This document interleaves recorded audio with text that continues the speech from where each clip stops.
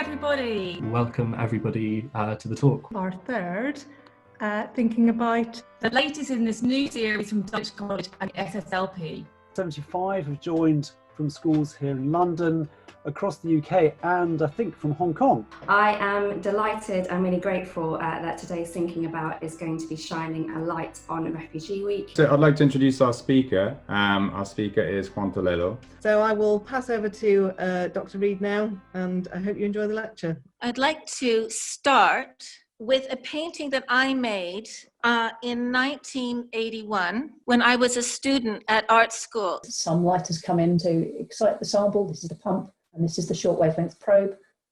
These are all the electrons being ejected, and then we measure their energies in the detector here. Humour is a very important aspect of coping with things and dealing with them and understanding them.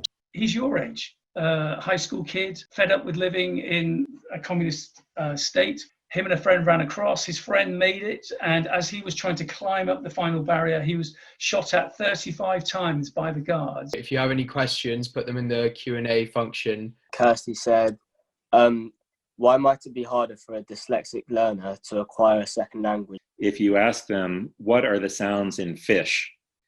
They won't be able to, or they'll have trouble saying f, I, sh. I was just wondering how you would define home and what home, means to you. For me, home is where the heart is. We only know ourselves at our lowest point and at the highest point. But thank you to Lisa, thank you to Gabriel, and thank you to all the guys behind the scenes. And thank you all for joining and listening.